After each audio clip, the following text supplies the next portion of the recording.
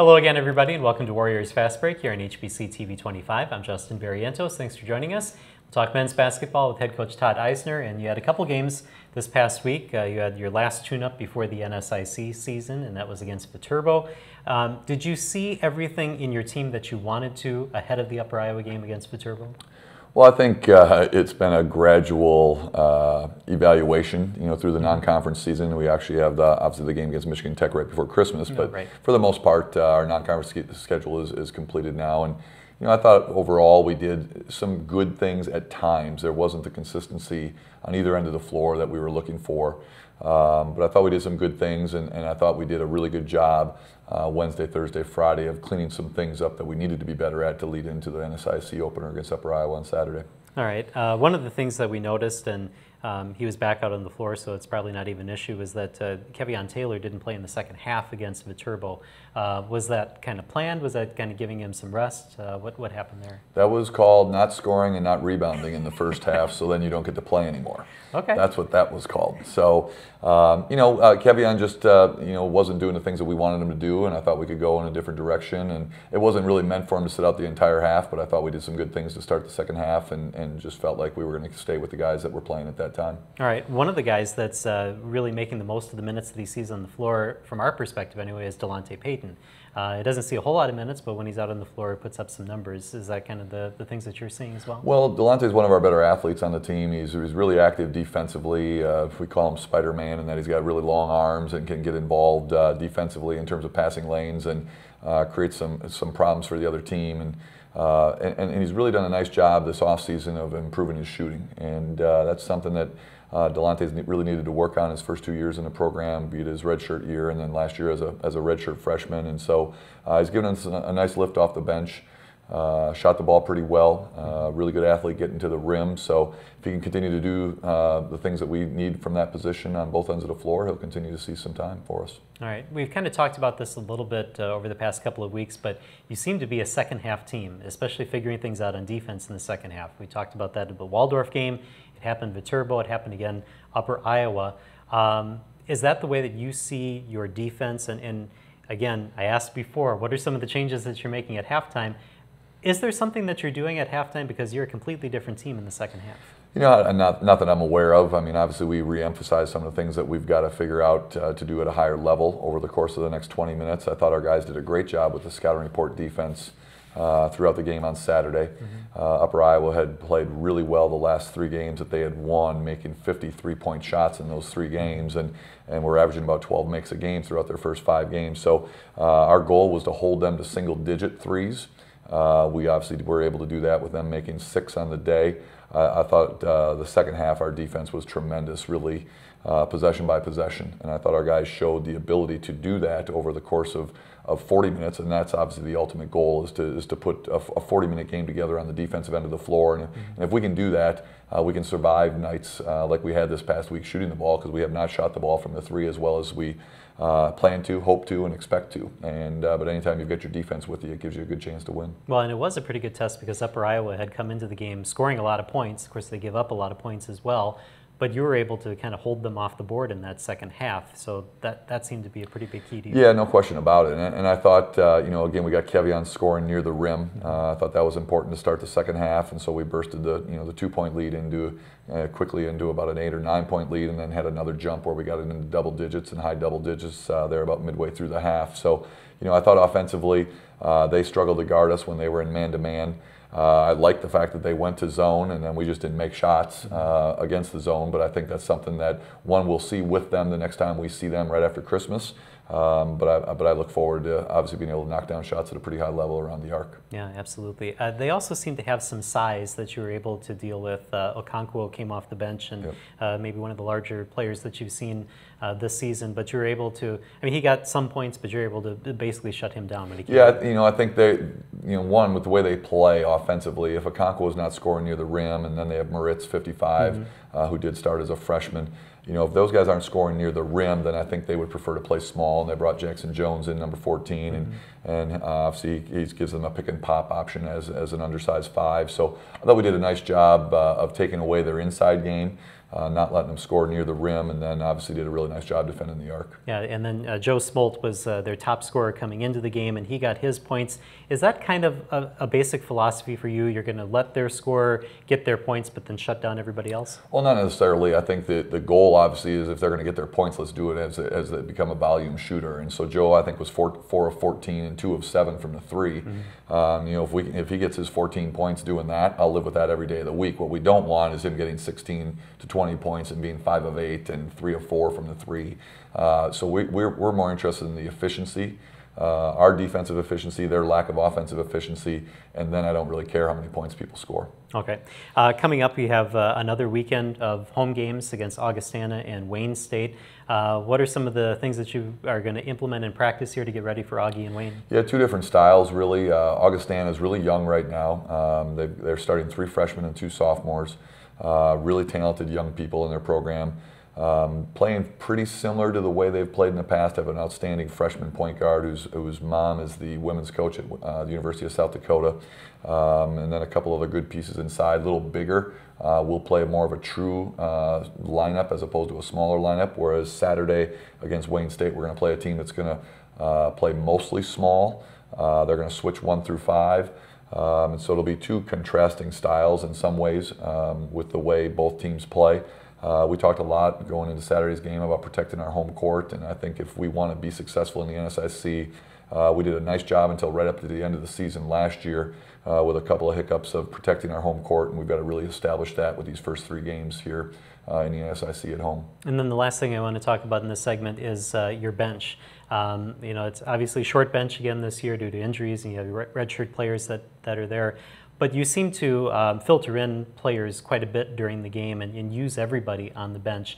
Is that something that you see going forward through the rest of the season, trying to get everybody on the floor? Yeah, I think we went into the game actually Saturday changing a little bit in that I felt like it was really important if our top 6, and I talked to our guys a little bit in some ways, I feel like we have 6 starters with now bringing Chuck off the bench. But I really wanted to go into that game kind of riding those 6 guys. And so our bench really probably wasn't as strong of contributors in terms of minutes played on Saturday as they were in the non-conference season. And we'll have to kind of see how things go. If our 6 guys, using the media timeouts can stay, rested and stay active while they are out there, I think, Chuck, played 19 minutes, and then I think the other 5 guys that did start all played between 27 and 30 minutes. And hopefully going forward, it'll be something similar to that with those 6 guys. And then whether we get Max Miller in if we're playing against size, or as you mentioned, Delonte or Alec Rosner on the wing, maybe Nick Klug some at the point.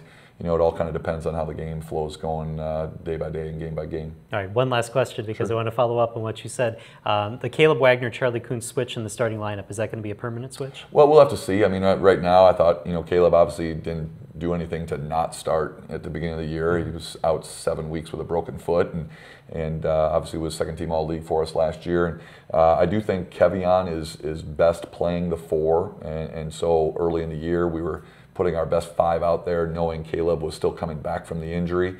I do think it gives us a little more versatility by bringing Chuck off the bench, and so for right now we'll see how that goes. Obviously, Kevion played his best overall game of the season with 20 points and 10 rebounds, playing really. I don't know if he played any 3 at all on Saturday, and so I think that's probably where we'll go, at least in the near future. All right, well, we're going to take a break here on Warriors Fast Break. When we come back, the player perspective will be next. Tommy Getke joins us right after this.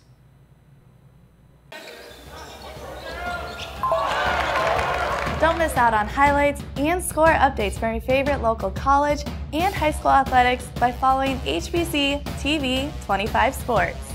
Follow us on Facebook, Twitter, and Instagram to get up-to-date information on all the games covered by the HBC sports team. Grab your smartphone and add us on Facebook, Twitter, and Instagram at HBC TV 25 Sports. And welcome back to Warriors Fast Break here on HBC TV 25. We're now joined by Tommy Getke. Thank you for being here today. Let's talk a little bit about the games this past week, the Viterbo game and, of course, Upper Iowa. How do you feel the team is playing right now? I think we're improving every day. We've had a pretty good non-conference. We've been winning by quite a bit, but we haven't felt like we've been playing as good as we could have. I think playing Upper Iowa Saturday really helped us show where we can be when we lock in defensively. because we didn't even play good offensively yet.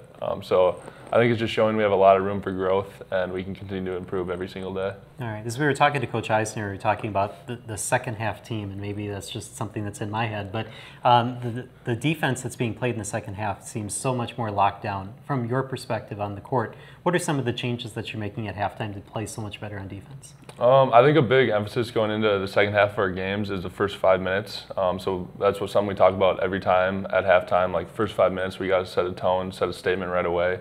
And so far throughout the season, we've really come out and played well in those first 5 minutes. And I think that just kind of gets the whole team going, gets 1 or 2 guys scoring and lockdown defense, and the whole team just kind of gets a boost from that. So if we can continue to do that, the first 5 minutes I think are really crucial to any second half that we play, and have really helped us out so far. All right, I want to get your thoughts on this season, your senior season. What are some of the things that you did this off season to get ready for your final year with the Warriors? Yeah, so I've been doing pretty much the same things since I've gotten here. I played again in the Twin Cities Pro-Am this summer, which is a nice league to continue to play over the summer and play against really good competition at all times. Staying in the gym, staying lifting. It was a little bit tougher this summer with a full-time internship that I was working. Okay. But just staying dedicated to it every single day, going in at 7 or 8 at night and staying until it closes was something that I really strived to do this summer, and so far it's worked out pretty well. All right, so what was your job then this summer? I'm a data science major, so I was working a data analytics job in downtown St. Paul for Secure and Financial, which is actually a company where my sister works. I got hooked up through one of the professors here at Winona, has some alumni there, and it worked out really well for me, and it was a great job, and hopefully it'll lead to a future job. All right, so I got to kind of ask that. I mean, obviously there's got to be some kind of balance between what the players want to do in the future and what kind of work you want to see them put through in the off season. Do you give players any guidelines on what you want to see them do? Well, it's a little difficult at the Division II level because we can't be hands-on with them, whether they're here or whether they're home. We can give them our strength program, but they're on their own to do that. We can't have any activity with them at all from a coaching standpoint, from a basketball standpoint. So it's really important that we bring people into our program that have that self-motivation, that want to be better, that want to work to get better. And certainly Tommy's a great example of that. But Tommy had a great job. I mean, Tommy's going to be making a lot more money than I make, real soon. And so that's why I start him, because he's going to become one of our bigger boosters, in a couple of years. But Tommy's a very intelligent young man. He's the epitome of what a true student athlete is, and so his opportunity to work at a very good job, a very well-paying summer job for a college student was worth every bit of the time that he put in. It's going to lead to great opportunities for him in the future, and I also know that Tommy did a great job of getting himself ready for his senior year. All right, and so now on the court, obviously you'll be leaving and someone else will be taking your place next year on the court. Are you kind of a mentor? Are you trying to have somebody kind of fill your spot next year? Yeah, I think I'm trying to just help any of the younger guys any way that I can. I know when I came in, Mark Blacklock, Kyle Bauman, they wouldn't say like specifically mentored me, but they were just great mentors and people to watch.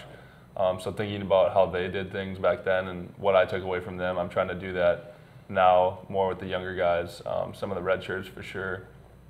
And then Max, obviously, trying to help him come from a different school here and learn the system. I'm trying to help him as much as I can, and hopefully they're getting as much as I got from the guys that I came before. And then finally today, do you have any goals for this season, personal goals for yourself? I really want to make it to the regionals. I haven't played in the regions yet, and I personally haven't played at Sioux Falls since I've been here because my freshman year I was sick when we were there. The past 2 years we haven't made it. So first of all, making it to Sioux Falls is the main goal, and then making it to regions after that is something that I really want to do all 4 years that I've been here, and I only got 1 year left, so it's about time to get there. All right. Well, thank you for joining us today, and good luck this weekend. Yeah, thanks for having me. All right, we're going to take a break here on Warriors Fast Break. We'll switch to women's basketball with head coach Scott Ballard when we come back right after this. Elevate your HBC TV experience with the latest technology to hit your whole home entertainment system. Record up to 6 programs simultaneously and save up to 350 hours of your favorite shows. Pause a program you're watching in one room and pick right up where you left off in another. Video on demand, wireless set-top boxes and mobile device streaming, apps including Alexa, Netflix, YouTube, and more. Call 888-474-9995 to learn more or visit hbci.com/elevate today. Stay up to date with Winona Area Public Schools by watching Making the Grade here on HBC TV 25, presented by Cost Cutters. Join me, Superintendent Rich Dahman, each month for interviews with administrators, district staff, and students.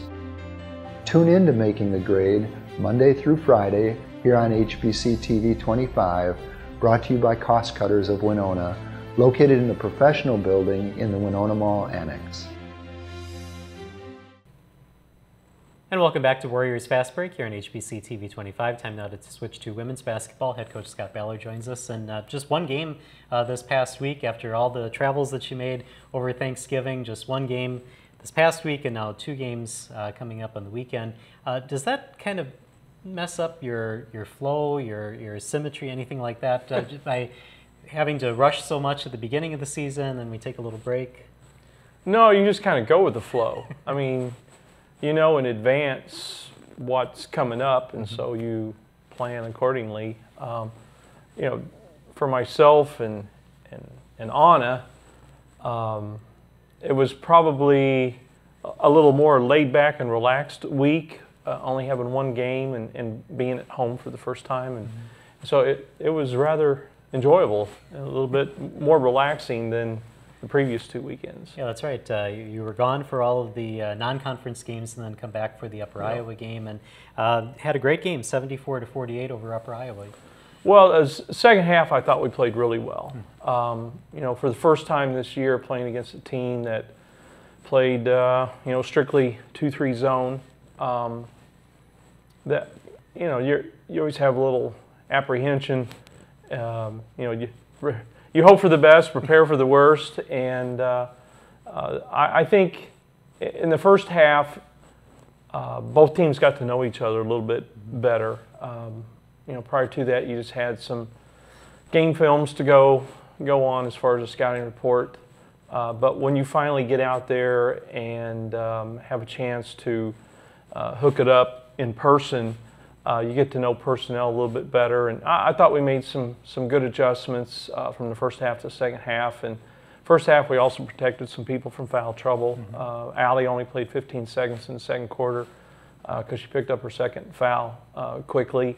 But you know, and we shot the ball better in the second half too. And I've always said, when you shoot the ball well, it makes everything seem a whole lot easier. But I was really pleased with our pressure defense. I was pleased with how well we rebounded the ball, and not just defensively. I mean, we crashed the offensive boards and ended up winning, you know, the rebound battle 38-20. And Upper Iowa had already played 7 games and came into that game out rebounding their opponents on the average. And so that was a good accomplishment for our team. I also felt like we got a lot of positive play from our post people offensively, which we had been lacking our first 2 weekends. And a lot of that had to deal with inexperience from some younger people and also foul trouble that really restricted us and how many minutes they could play on the Colorado trip. Now, I know that last week when Rachel Novotny was here, you talked about the post play and how that needed to improve. And going to the bench, Emma Fee seems to be fairly comfortable this year. Put in some good minutes against Upper Iowa, good minutes a couple of games before that. Talk about kind of her development and what you're seeing from her right now. Well, I mean, she demonstrated some really good up and under, step through moves and finished well on both sides of the basket. Taylor Husted was just a beast, an animal on offensive boards. I think she had 6 or 7 offensive rebounds by herself, and that really puts a lot of pressure on the defense. But it gets your team some second chance opportunities, extra possessions. creates energy, which gets contagious. And I thought we were more disciplined with our pressure defense in the second half as well. You talked about some of the post moves. We noticed kind of the shoulder dip. We called it the Hannah McGlone move during the game. I know it's a general post move that happens, but is Hannah having some influence on the way the post players are playing? Well, not yet, because she's really not with us. You know, she went with us on the Colorado trip, and then she was with us this past Saturday for the Upper Iowa game. But she's doing her student teaching up in Rochester.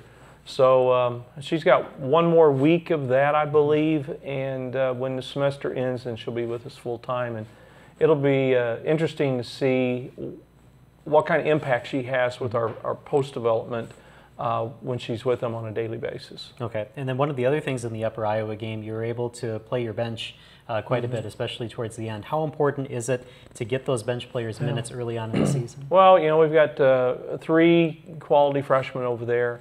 And every opportunity that we have, we want to get them some game time minutes, and it accelerates their development, gives them opportunities to have some success and gain some confidence to build on. So it's critical in the development of a player, and the more experience and more minutes that they can get, it just helps them learn what everything's about and learn more about themselves, and it helps with their growth and development.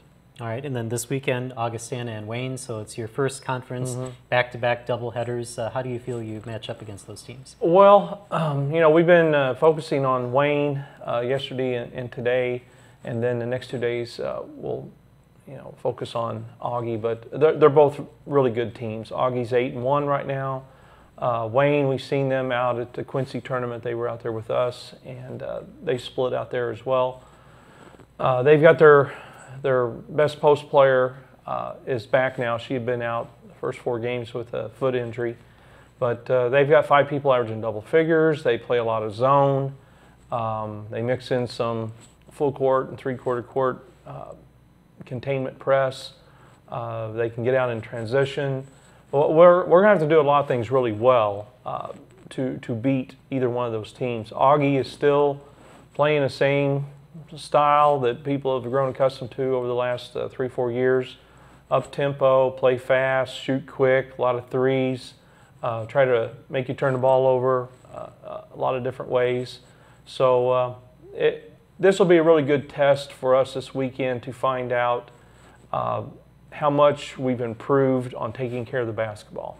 And I believe if we do a good job taking care of the basketball, then we'll give ourselves a good chance in both these games. All right, last question that I have. I know that Wayne has a new head coach. Obviously, locally, we know it's Brent Pollari, who is over at St. Mary's. How much do you have to kind of throw out whatever you knew about Wayne State when a new coach comes in? Maybe even one that you know a little bit. Well, I think that they are a much different team offensively than what they've been in the past, and most of that is because of the coaching change. But they're still playing. They're playing their 2-3 zone probably about 90% of the time, and I talked with Brent quite a bit this summer about you know what kind of changes he thinks he was going to make, and he told me then, he said, you know, I'm not really a zone person, but they have done that for so long over there that they might teach me, you know, a few things about it. And here in the early part of the season, it looks like that is their main defense that they have confidence in right now. All right, we're going to take a break here on Warriors Fast Break. We'll get the player perspective next. Julia Silloway joins us right after this. What's a Southern girl? It's waking up before the sun rises. It's loving the simple things in life, like the dirt roads that lead you home. It's working hard to get what you want. It's hanging your own stands, breaking your own ground, and strategizing every little move for that one moment when everything you've worked for is standing right in front of you. Even if I fail a million times, I keep pushing myself till I'm exhausted, filthy, and about to give up. And that's when the adrenaline hits. And welcome back to Warriors Fast Break here on HBC. Julia Silloway now joins us. Thank you for being here today. Thank you. And this is the first time that we get to see you, although you're in your 3rd year here at Winona State, to redshirt your 1st year. Obviously played a lot as a freshman last year and then on this year.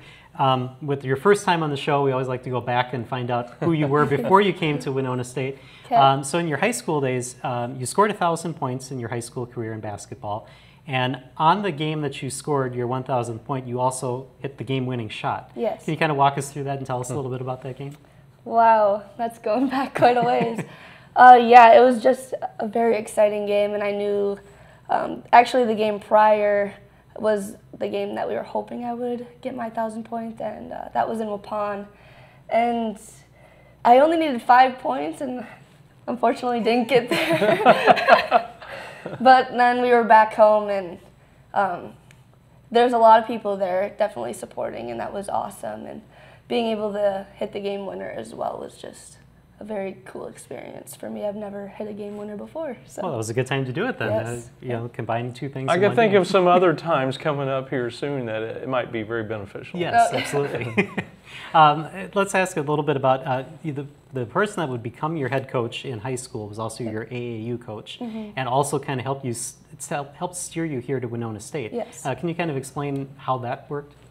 Well, he came to Winona State and he played rugby here, and so did his wife. And he reached out to Anna and reached out to Coach Ballard for me, and he kind of steered me in this direction, and it was a great school and definitely a good fit for me. So he definitely steered me here, and being my coach too, we have definitely gotten closer. All right. You have to like that when the Yeah. high school head coaches say, "Hey, this is a good school to go to." Yeah, that's a great benefit to have. You know, I wish we had more of those. So. Well, I'm sure you'll build that Yeah. up as the years go on here. So let's talk about coming to Winona State then. So obviously, you know, you're one of the best players at your high school, and then you come here, and then you have to sit for a year for your redshirt year. I always like to find out, you know, what a player does during that redshirt year. How did that help you in your development as a player here? Coming in, there was a lot of players on the team already, a lot of upperclassmen, so I knew that redshirting was probably a possibility. Definitely was a really big eye-opener coming in, and was a very big learning experience. I learned a lot that first year, and I put a lot of work in the gym and definitely in the weight room, and I knew I wanted to play, and I knew that I had the chance the next year, and being able to save that year for years prior was a good benefit. All right. What do you feel that your role is on the team this year as you head into your sophomore year?